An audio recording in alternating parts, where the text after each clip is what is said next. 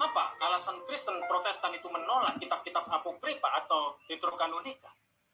Yang pertama, dalam perjanjian baru ada kira-kira 260 kutipan langsung dari perjanjian lama, dan juga ada kira-kira 370 penggunaan bagian-bagian perjanjian lama yang tidak merupakan kutipan langsung. Ini menunjukkan bahwa baik Yesus maupun rasul-rasul itu mengakui otoritas perjanjian lama sebagai firman Allah dan menggunakannya sebagai dasar hidup, iman, dan ajaran mereka. Tetapi baik Yesus maupun rasul-rasul tidak pernah mengutip dari kitab-kitab apokrifa atau Deuterokanonika tersebut sebagai dasar ajaran mereka. Padahal kitab-kitab apokrifa atau Deuterokanonika itu sudah ada atau beredar pada zaman Tuhan Yesus hidup di dunia ini. Ini menunjukkan bahwa mereka tidak mengakui kitab-kitab apokrifa itu sebagai firman Allah. Itu yang pertama. Kemudian yang kedua, penulis kitab-kitab apokrifa itu sendiri tidak menunjukkan dirinya sebagai penulis firman Tuhan yang diberikan Allah kepada manusia. Untuk itu kita dapat bandingkan di dalam Wahyu 22 ayat 18-19 yang terletak pada Alkitab Suci atau Perjanjian Baru dengan 2 Makabe 15 37b sampai 38 yang terletak pada akhir dari kitab-kitab Deuterokanonika. Wahyu 22 18-19 berbunyi, "Aku bersaksi kepada setiap orang yang mendengar perkataan-perkataan nubuat dari kitab ini. Jika seorang menambahkan sesuatu kepada perkataan-perkataan ini, maka Allah akan menambahkan kepadanya malapetaka-malapetaka yang tertulis di dalam kitab ini. Dan jikalau seorang mengurangkan sesuatu dari perkataan-perkataan dari kitab nubuat ini, maka Allah akan mengambil bagiannya dari pohon kehidupan dan dari kota yang kudus seperti yang tertulis dalam kitab ini." Dari Wahyu 22, 18-19 ini terlihat dengan jelas otoritas dari tulisan Rasul Yohanes ini sebagai firman Tuhan yang tidak boleh ditambahi atau dikurangi. Sekarang bandingkan dengan 2 Makabe 15:37b sampai 38 yang berbunyi, "Maka aku sendiri pun mau mengakhiri kisah ini. Jika susunannya baik lagi tepat, maka itulah yang ku kehendaki. Tetapi jika susunannya hanya sedang-sedang dan setengah-setengah saja, maka hanya itulah yang mungkin bagi." Ini sama sekali tidak menunjukkan orang yang menuliskan firman Tuhan di bawah pengilhaman Roh Kudus. Coba perhatikan kata-kata "ku kehendaki" dan "hanya itulah yang mungkin bagi." Bagaimana kita bisa mempercayai otoritas tulisan seperti ini, sedangkan penulisnya sendiri pun tidak yakin akan kebenaran tulisan? Itulah sebabnya kenapa Kristen Protestan itu menolak kitab-kitab apokrifa atau Deuterokanonika. Oke, kiranya dapat dipahami dan menjadi pencerahan bagi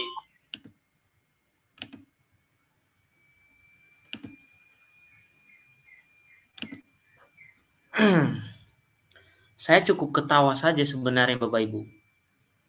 Bagaimana dia mengambil dasar dari kitab Wahyu? Padahal itu ngomong tentang wahyu yang diterima oleh Yohanes, bukan ngomong tentang seluruh isi kitab suci. Itu dari situ saja sudah saya tertawakan gitu. Betapa, mohon maaf nih, betapa kebodohan ini terus disebarkan. Yang dimaksud itu kepada wahyu yang diberikan kepada Yohanes, yaitu wahyu kepada Yohanes. Itu maksud ayat itu, bukan tentang kitab suci keseluruhan. Dari situ saja sudah melenceng jauh. Lalu bagaimana nanti kalau saya mengutip kata-kata dari Rasul Paulus dalam suratnya yang ada mengatakan bukan aku tetapi Tuhan, bukan Tuhan tetapi aku. Apakah itu nanti bisa kita katakan ini pasti tidak diilhami oleh Roh Kudus karena dia ngomong aku.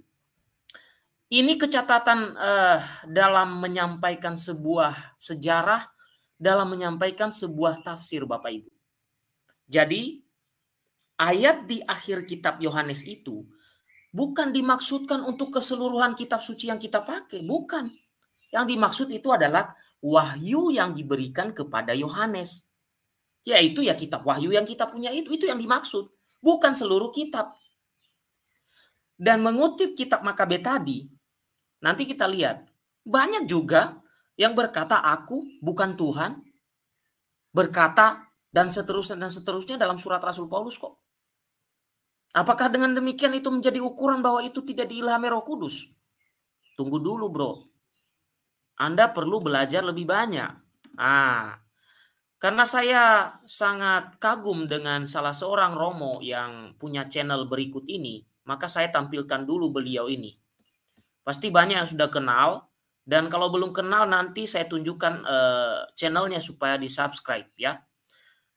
Videonya cukup menarik, dan sebelum saya tampilkan materi dari saya, kita dengarkan dulu jawaban dari Romo untuk orang tadi.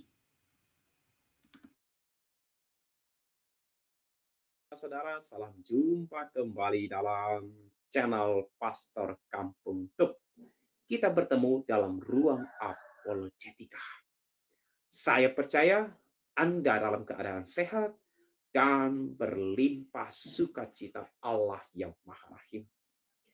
Dan selamat mempersiapkan diri bagi Anda sekalian untuk mengenang kelahiran Tuhan kita Yesus Kristus, seraya juga membangkitkan harapan dan kerinduan kita akan kedatangan Tuhan yang kedua kali.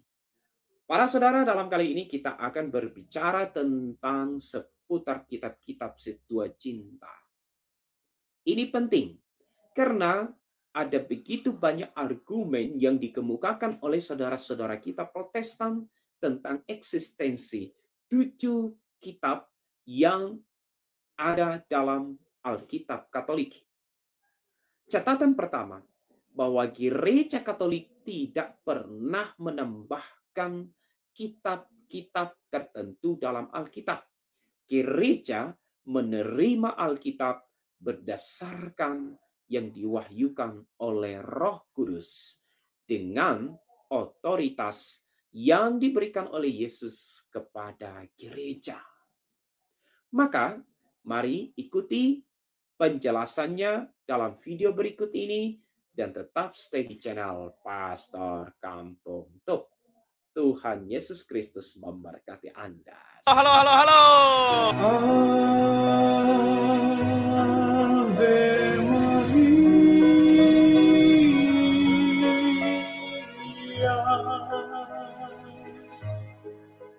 Kitab suci Katolik memiliki 46 kitab Perjanjian Lama. Kitab suci Protestan punya 39 kitab. Orang-orang Katolik sering merujuk pada ketujuh kitab ini sebagai Deuterokanonika atau kanon kedua. Sementara orang-orang Protestan Japota rasa ayam bawang. Rasa bawangnya tuh gitu. Tiket pesawat dijamin paling murah. Iklannya banyak di Pastor. Protestan merujuknya sebagai kitab-kitab apokrif.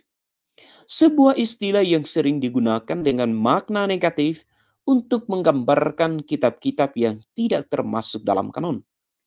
Orang-orang Protestan juga memiliki versi yang lebih pendek dari kitab Daniel dan Esther. Mengapa ada perbedaan-perbedaan macam ini? Kitab suci Katolik mengandung semua kitab yang secara tradisional telah diterima oleh orang-orang Kristiani sejak masa Yesus. Kitab suci Protestan mengandung semua kitab itu kecuali kitab-kitab yang ditolak oleh para pendiri Protestantisme pada tahun 1500-an. Alasan utama mengapa kaum Protestan menolak kitab-kitab biblis ini adalah karena kitab-kitab ini tidak mendukung doktrin-doktrin Protestan. Sebagai misal, 2 Makabe mendukung doa bagi orang-orang yang telah meninggal yang tidak diterima kebanyakan orang Protestan. Kitab suci Perjanjian Lama Katolik mengikuti kanon Alexandria versi Septuaginta, yakni Perjanjian Lama yang diterjemahkan ke dalam bahasa Yunani sekitar tahun 250 sebelum Masehi. Orang-orang Protestan awal mengikuti kanon-kanon suci Palestina yang tidak diakui secara resmi oleh orang-orang Yahudi sampai sekitar tahun 100 Masehi. Sebelum masa Yesus, orang-orang Yahudi tidak memiliki sebuah kanon kitab suci yang universal yang dibatasi dengan tegas. Beberapa kelompok orang Yahudi hanya menggunakan kelima kitab pertama dalam Perjanjian Lama yang kita kenal dengan Pentateuch. Beberapa kelompok lain hanya menggunakan kanon Palestina yang kita kenal 39 kitab. Yang lain lagi menggunakan kanon Alexandria yang terdiri atas 46 kitab. dan yang lain lagi semisal komunitas Laut Mati menggunakan semuanya ini dan bahkan lebih. Kanon Palestina dan Alexandria lebih normatif dibandingkan dengan kanon-kanon lainnya. Kedua kanon ini diterima secara luas di kalangan orang-orang Yahudi Ortodoks.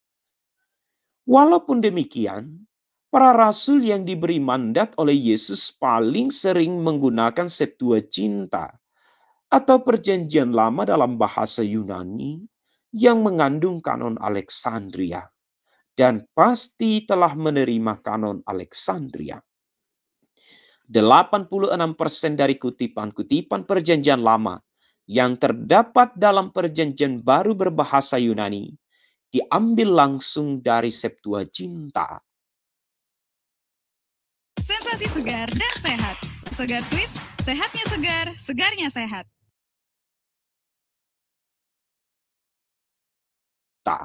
Masih terdapat juga beragam rujukan-rujukan linguistik lainnya. Kisah Para Rasul bab 7 menyediakan sebuah bukti menarik yang membenarkan penggunaan para rasul atas Septuaginta. Dalam Kisah bab 7 ayat 14, Santo Stefanus berkata bahwa Yakub datang kepada Yusuf bersama dengan 75 orang. Versi Palestina dari Kejadian bab 46 ayat 27 mengatakan 70. Sementara versi Septuaginta mengatakan 75. Jumlah yang sesungguhnya digunakan oleh Stefanus. Stefanus jelas-jelas menggunakan Septuaginta.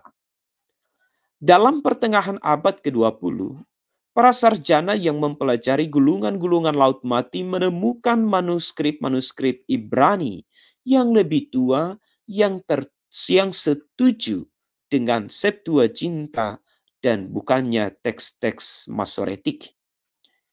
Kita juga mengetahui dari dokumen-dokumen Kristiani kuno lainnya semisal Didache dan surat Paus Santo Clemens kepada umat di Korintus bahwa para pengganti para rasul tidak hanya menggunakan Septuaginta, tetapi kutipan dari semua kitab dalam kanon Alexandria sebagai sabda Allah yang otoritatif.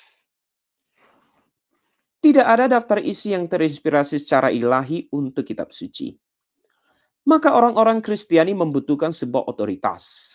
Semisal gereja yang tidak bisa salah yang didirikan oleh Kristus untuk mencermati kitab-kitab mana yang merupakan kitab-kitab yang terinspirasi secara ilahi.